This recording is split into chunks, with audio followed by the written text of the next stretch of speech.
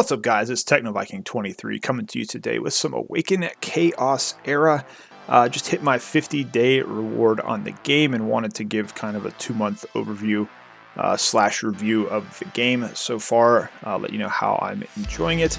Maybe give you guys an idea of whether or not you want to try it out. We did a little bit of a brief overview of the game about a month ago, but I wanted to jump back in, kind of show the progress of my account and give you guys my thoughts and opinion on the game so far, as I am really kind of enjoying it. It's starting to win me over a little bit. I've lasted 2 months, which is a little bit longer than I thought I would. I'll admit I was a bit skeptical of this game when I first started it, but it's winning me over and I'm really starting to get into it. But let's go ahead and jump in here. Just on my account page here, you can kind of get an idea of where we are. Some of my heroes that I have, the hero that I share with everybody to use. You can see we've made it through Mythic 5-7 is where we currently are on the adventure. And just to kind of show you where we are with some of the dungeons, we're mostly on stage 7 up through 10 here on Roaring Tarlpa. I haven't really done much with the Gemini Dragon, and right now I'm kind of stuck on floor 83 of the Void Tower. So that's kind of where we are with that. Now I do have the Magic Pass going. We'll talk about that here in a minute. But one of the things I will say about this game so far, and I think it's what the developers really went for, is this is probably the most free-to-play friendly gacha game I've ever played. You can get all kinds of stuff in this game, all kinds of heroes, all your gear, all your upgrades, without spending a dime. Now, since I'm playing the game and I enjoy the game, I'm someone that believes in that if you're enjoying a game, you should maybe reward the developer a little bit if they've done a good job. So I've spent about $30 altogether on the game, and I have got the Battle Pass the last 2 months, which is this Magic Pass I just mentioned here, which I think is actually a pretty good deal given the amount of items that you get and how easy it is to actually go through and progress this pass. And you do get a free legendary, I shouldn't say free, you're spending $10 in the pass, but you're going to get a legendary hero every single month based on who they feature. This month it's Hydrisia, who's pretty good. Last month it was Vera. I think the first month was Brand, so it's been a legendary. Every single month it's pretty solid, and you can just see here you do get a lot of materials and things as you go up through. You have up through level 50 basically, and then you've also got the option of doing the Elite Plus, which will give you some more stuff here in addition. But I think just the Elite Regular is a great deal if you just want to support the developer a little bit. It also comes with these challenge quests, and as you finish these, you get more stuff, and you also get more points that unlock the Battle Pass quicker. And you do get that legendary here at level 30. So Battle Pass, probably the best thing in the game so far that I've found. That's really all I've felt like I needed to spend money on. In the game, you're not really influenced to spend money. You don't feel like you have to. So I just thought I'd get that out there. If you're looking for a game where you really just want to play free-to-play, this game is the best that I've played so far, which includes like Rage of Destiny, Magnum Quest, Marvel Strike Force, Star Wars Galaxy Heroes, obviously Raid Shadow Legends, which is what we're probably going to compare it to the most since that's what we were playing most recently. That said, I do want to say something else, and that is just this game is really good. I think it's pretty solid. It does have issues. We'll get into that here in a second, but I've seen a lot of people that are just kind of going out of their way to defend it anytime someone compares it to something else. And I kind of think one of the things that happened is that a lot of people are coming to this game from Raid Shadow Legends. And it's basically that Raid Shadow Legends is such an abusive relationship with Plarium that people get into Awaken, and it's like they get so much stuff from the developer that they're not used to it, and it's like the developer in this game probably acts normally compared to other games I've played, like Star Wars The Old Republic, or not The Old Republic, Star Wars Galaxy of Heroes, and Marvel Strike Force. The developers acted very similar to this game, where they were very generous with compensation when things went wrong. They weren't always about being greedy and money grubbing. Plarium just takes it to a whole new level. So I think it's like people have just gotten out of that abusive relationship, so they kind of overlook some of the problems this game does have, which I'll talk about a little bit. So I just wanted to kind of get that out of the way first of all. This game is really, really good. I'm liking it so far, but there are some problems, at least that affect me, that I don't like about the game that I'll talk about here in just a little bit. But let's just jump in. We'll look at the roster. Now, this is one of the cool things about this game. It's like I said, we've only spent money on the Battle Pass, and I mean, we've got a pretty solid roster so far. I've got 7 6-star heroes already, less than 2 full months into the game, which obviously if this was raid, that probably would not be happening because it's pretty hard to get the resources to actually, you know, get the 6-star champions in that game, especially when you first start off. We got some pretty decent legendaries. We got Valeria as our free legendary. When you complete stage 2 of the campaign, you get to go through and pull a bunch of shards, and you get to keep whichever group of 5 that you want, and some of those will have a legendary character in it, so we were able to get Valeria there. We've got Santis, who's really good. We've got Nathalia. We got Avera from the Battle Pass last month. We got Hackerin from the Fusion, which I'll actually talk about the fusions in this game. I think they're really, really good. And then surprisingly enough, I took 2 of these blue elites, which would be like rare champions in raid. Rodir is one of the best healers in the game. We've got Raven, who is I guess this is like darkness or void character. So there's like void, there's light, there's water, fire, and then earth. So you kind of have to differentiate between those. But these 2 blue border elites actually have carried me through most of the Mythic campaign that I've been able to finish so far, and they've actually carried me through a lot of the other content in the game. So it's kind of cool that just like in raid, you can take that rare champion, you can build them up, and you can do some fun things with them. So I really like that with this game. It doesn't quite scratch the min-max itch for me that raid does, and that's mainly because of the gear in this game, which is one of the problems I'm going to talk about, at least for me. We'll get to that here in just a minute. But let's see who else we got. We got Antinua here, who we actually got from making a purchase in the shop. That was like they gave her away for free for a couple weeks if you made a purchase, no matter how big or how small. We got Mila from an in-game event. We got Zatlux just from playing the game, basically. We got a couple other blue border heroes here that are pretty solid. Let's see, we actually pulled Ciara, we pulled Molhex, pulled Balberith. So you can see here we got quite a few legendary champions already 2 months into the game. Here's Hydricio, who we just got from the Battle Pass. I've got Desmond here. I think that's about it. And then we got a whole bunch of characters that we'll use for Ascension or food down here at the bottom. But so far we have quite a few heroes. Now that's kind of cool, but at the same time I want to talk about something that I really don't like so much about this game, and that's with the legendary heroes. If we go here into Ascension, let's see if it'll show it to me here.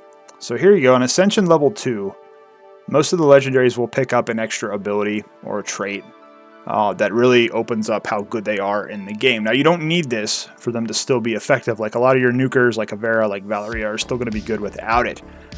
But you can't really unlock the full potential of a legendary until you get them ascended to 2 stars. And there's only one way, really, actually 2 ways to get this ascension. You either pull a duplicate champion of this character, and then you can actually feed them in to get that star, which is what we've done with Santis. We've actually gotten really lucky. I've pulled 3 of her all together, so I was able to ascend her twice. Probably should have saved one of her for one of the fusions, but we were able to ascend her twice. But the like the epic materials you can get are a little bit easier to come by. I'm just gonna go into the shop because it's really the only place I know of where to get. Actually, no, I think it's the one at the bartender here. I think it's in the arena. So here you go, Hierarchy, Soul Arcana. This is what you actually would use to ascend your legendaries.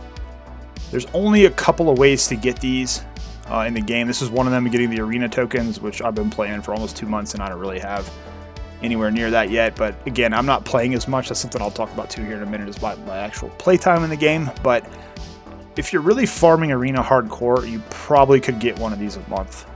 There's a couple other ways you can get them in the game, but they're very, very scarce. You can buy one in the shop, if I can find it here. Monthly Ascension Pack. You can get one here, and it's $50.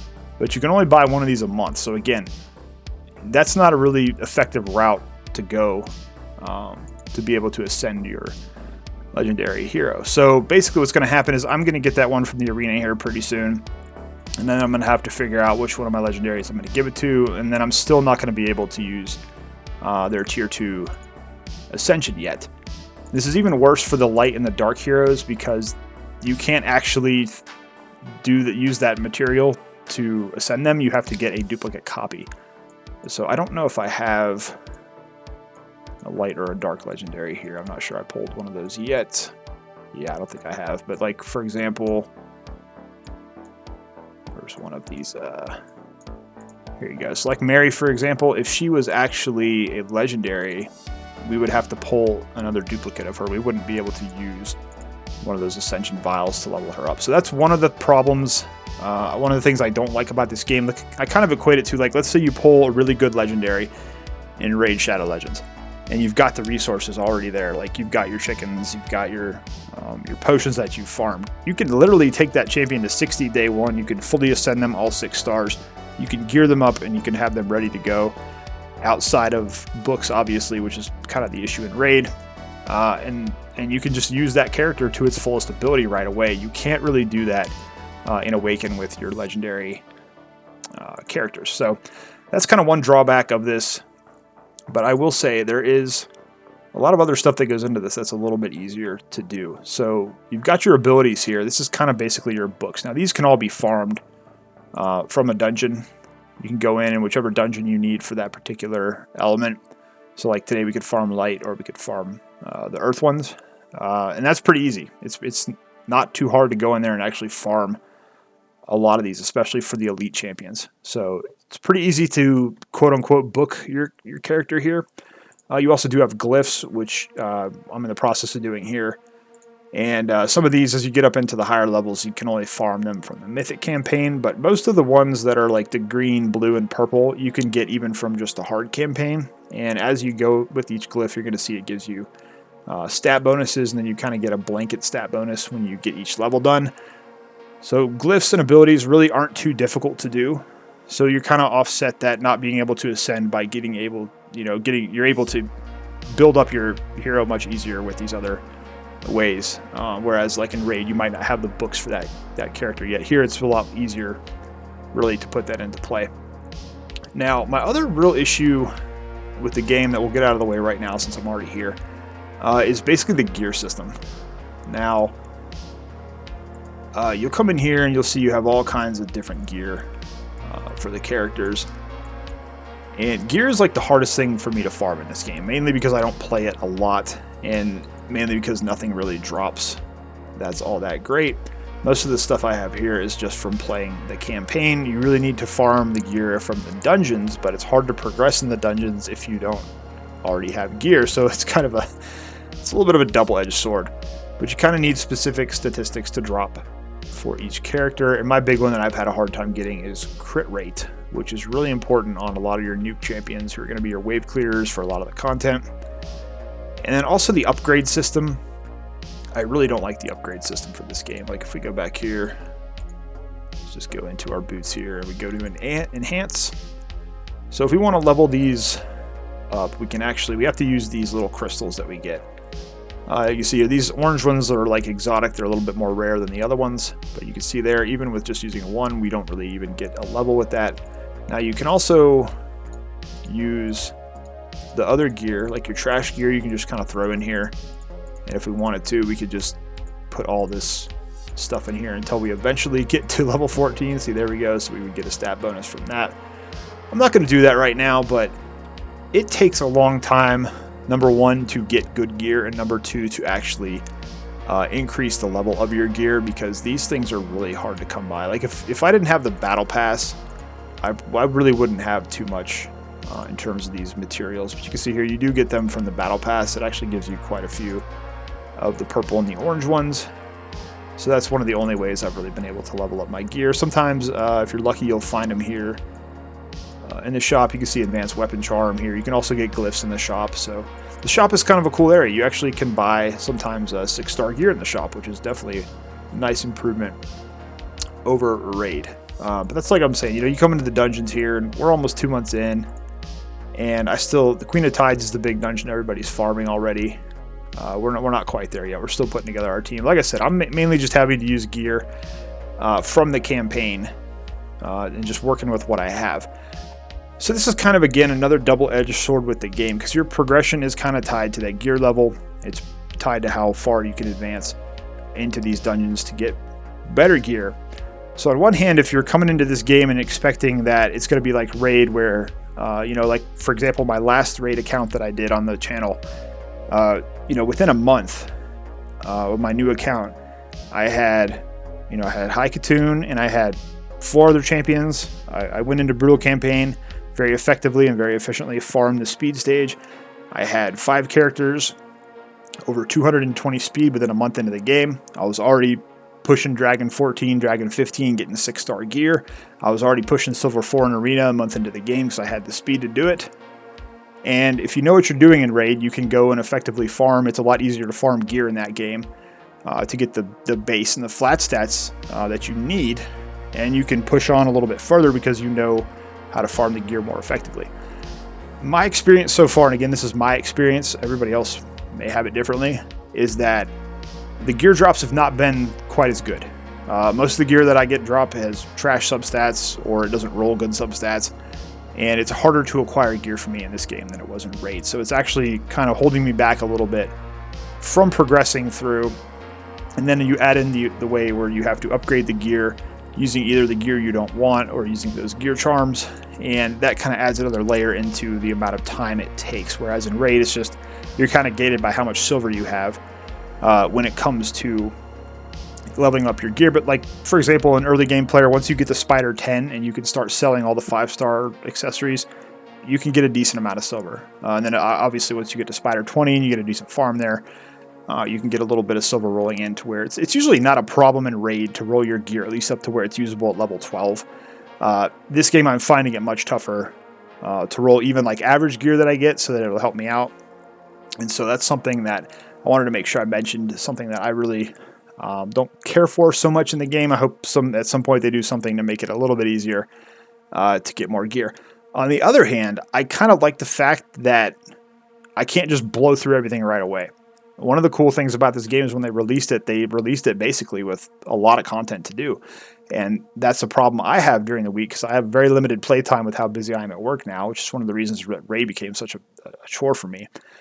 But, I mean, you've got the arena here, and with the arena, you can actually come in here and do trading matches to get free gems every day, which you can use in the shop, or you can just do your main arena matches here. You've got all these dungeons, so you have these dungeons where you farm your skills, your books, whatever you want to call them. You've got these dungeons where you farm your gear. You got the Void Tower. This is basically Doom Tower from Raid, kind of the same concept, where you can go up. It's floor 1 through 100. You can see we're on floor 84 right now. That's where we're kind of stuck at the moment until we can work on our characters a little bit better. And you see you get rewards. Every 10 floors you get rewards, plus you get a reward for clearing each stage. So you got the Void Tower, Proving Gate here. You have the Endless Trial, which I still have not been able to get onto a consistent schedule with this. Again, it's like I don't have a lot of time to play. So this is basically you go in and you would run through this. I don't know if we can maybe... I'll kind of show you guys how this works real quick. Let's just jump in here. So Endless Trial is where you get trial tokens that you can use in the shop later on. This is kind of similar to the Dragon on Rage of Destiny, where you go each tile all the way through to the very end. You fight your way all the way to the end, and there's 3 floors, so you have to complete each floor, and you get rewards as you go through that. You get trial tokens for completing that, and that's how you can buy some cool stuff in the shop. So that's something else to do. And all this is available from day one, basically, when you get the game. You've got the bounties, so you can go in here and do your bounty hunts and fight these bosses and basically get the rewards. It's basically a one-shot fight, one and done. You got your dispatch every day where you send out your heroes to try to beat these bounties, and you level up your abilities here, and then you can get rewards from doing that. So as you can see, there's a lot of stuff to do. So if you don't have a lot of time, this is a game that's going to keep you busy for quite a while. So I kind of like that. I like the fact that I'm not blasting through everything. I'm 2 months in. I still feel like I have a lot of stuff to do, and it's kind of nice that way. So that's one thing, just to kind of give you a heads up. If you're thinking about you're going to jump in this game, you're going to reach end game immediately, it's not going to happen. It takes a good long time to kind of get going, to get a core group of heroes going, and then of course to get the gear and the glyphs and everything. That's mainly what I do during the week when I have a little bit of time to play. I just farm my glyphs. That's what I'm working on now. Then I'm going to try to get better gear, and then we'll try to push through the dungeons, which they only go up to like I think 12, 13 right now. So we're actually, being at level 9 and 10, I guess is really not so bad because we're only 2 months into the game. So again, it's kind of cool that you can't just blitz right through everything. And that's kind of it's both a good thing and a bad thing for me, because I feel like sometimes like, oh, I should be further along than this based on the characters I've pulled so far and the glyphs that I've farmed and all this other stuff. But then it's also like, well, you know, you're only 2 months in. You got plenty of time. You got plenty of stuff to do. Lots of content to play. And as I said earlier, you know, most of it's free to play. You don't really have to spend any money. Your energy is this bread up here. And you get a free refill every day. You can refill it with diamonds. You can refill it with these meal tickets as well, which I've been playing this game for almost 2 months. I have never run out of these things. And I farm a ton on the weekends is when I play the most. I put a lot of time on the game on the weekend, a couple hours on Saturday, a couple hours on Sunday. And I've never run out of these things. And I'm not saying like if you're spending a ton of time that you won't run out, but it's pretty generous with the amount of energy that you're able to get in the game. Keep in mind, I also do have the Magic Pass there as well. So, let's see, what else can we talk about here? Okay, so we got the Covenants here, which is pretty cool. This is a way you can get some heroes pretty easily in the game. We showed you the Zatlux. We actually did get Zatlux from just doing this. It tells you exactly what you have to do to get each one of these, and Zatlux is one of the best characters in the game. He's pretty good. Asrina's pretty good as well. Connor's pretty solid, even for being an elite. So all these characters are pretty good, and you can just go in and get them just playing parts of the game. Sierra actually is really good as well. It's going to be a while before I can get her from here, but I actually did pull her from a shard, so I've already got her. It doesn't really matter, so I don't have to do this if I don't want to, but eventually at some point we'll finish that one up. And let me go ahead and go talk about the fusions, since we can get in here and do that now. So they call it Synthesis here, and you basically have a couple of legendary characters that you can actually get here. Now the cool thing is with, for example, this is Tia, who's a legendary. You need these elites to level 50. But the cool thing is you don't have to ascend them. So unlike in Raid where you have to build those epics out to get like Roz and Scarhide, for example, and you have to fully ascend them all.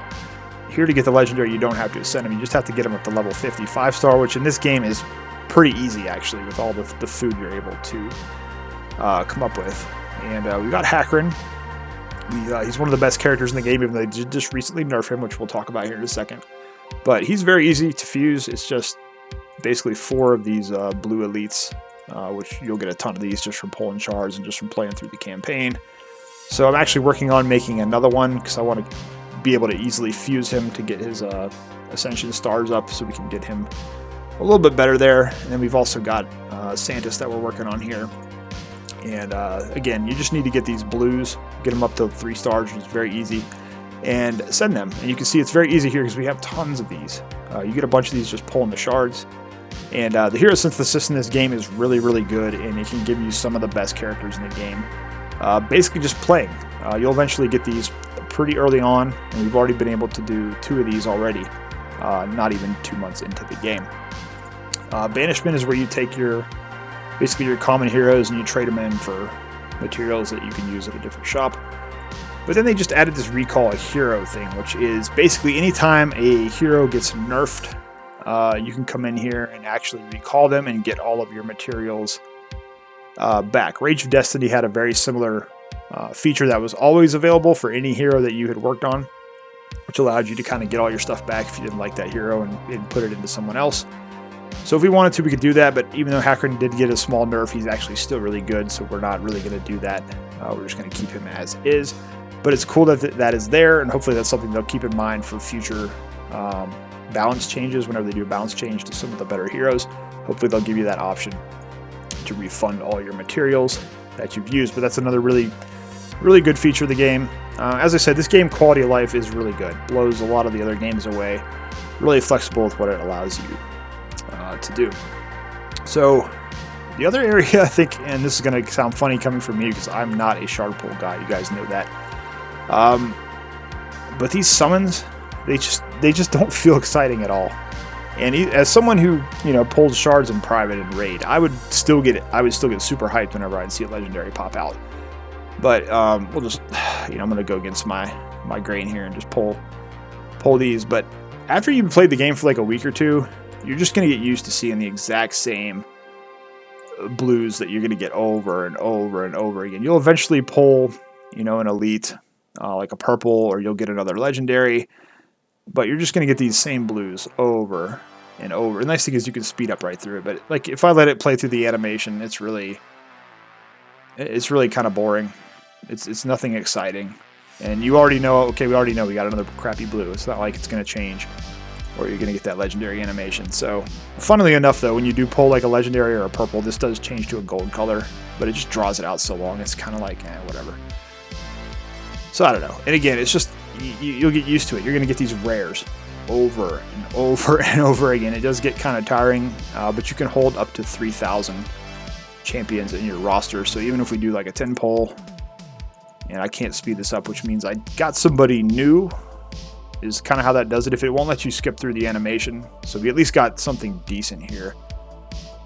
Urzog, I think I already have one of him, so no big deal there. I haven't really had a chance to build him, but you can kind of see how it works. I'll say this, Raid actually does a pretty good job of kind of getting you hyped for the shard pulls. This game, I just don't. Like, I've pulled her a million times. And I think it's also because the game's new. It's like you're just, the pool's not that big. You're going to keep getting, you see we got him already once before.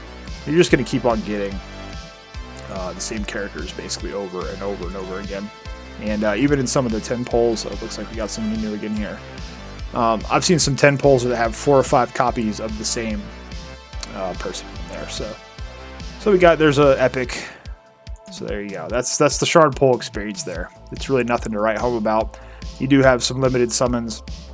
I'm kind of saving up to do the 10 pull here. The limited summons kind of narrows the pool down a little bit, and you get these materials from doing the Void Tower, which will allow you to kind of target. Like, everybody's going after Gangelo right now because he's one of the best characters in the game. So if you can get those, you're going to go after him. Normal summons, basically this is the little blue crystals. This just gives you basically the common and the uncommon food that you're going to use to rank up and build up your other heroes. So really nothing crazy there. Every once in a while, wow, we got 3 blues. That's actually pretty crazy. But usually you'll just get the commons and the uncommons that you're going to use for food. That's more realistic of what you would see. You're not really going to see 3 blue. You might see 1 blue every so often, but that's it. There's really nothing special about the shard pulls. There is the mercy system here. Chance to get legendary from the next summon, 1% to 0%. Once you get to 100 pulls, you're basically guaranteed to get a legendary character. But you can see the summon rates there, basically. So right now with a small champion pool, you're going to see the same characters over and over and over again.